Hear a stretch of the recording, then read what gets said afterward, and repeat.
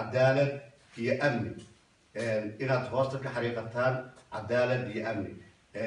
وحكرا ومضى الداقي كرا ملا حدي لوايو عدالة هي أمني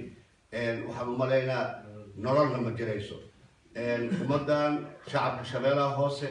وشعب آدي ودبن وقبل كلية ويالو isbaarooyin checkpoints oo sharci dara ah marka waxaan codsanaynaa in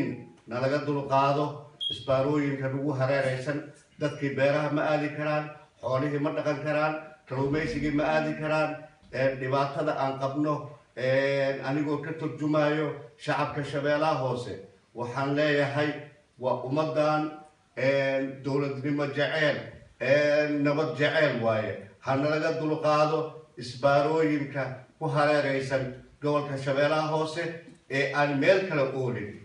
wadanka meel ay yaaliin isbaaro ma leh ilaa aan ka ahayn gobolka shabeellaha hoose ummadan dowlad jecel dowlad aad ay u jecel yihiin waana dowlad ku nool haddii ay amni iyo cadaalad helaanne uma baahanayaan xataa in dibadda wax looga keeno iyagaa isku filan dalkana iyagaa quudin kara xataa marka waxaan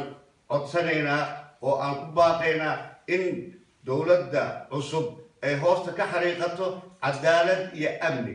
cadaalad iyo amni maxaa yeelay gobolka shabeellaha hoose xal ma u baahno gobolka shabeellaha hoose waxa uu u baahan yahay waxa waaye cadaalad iyo xaq runtii gobolka shabeellaha hoose ma u baahno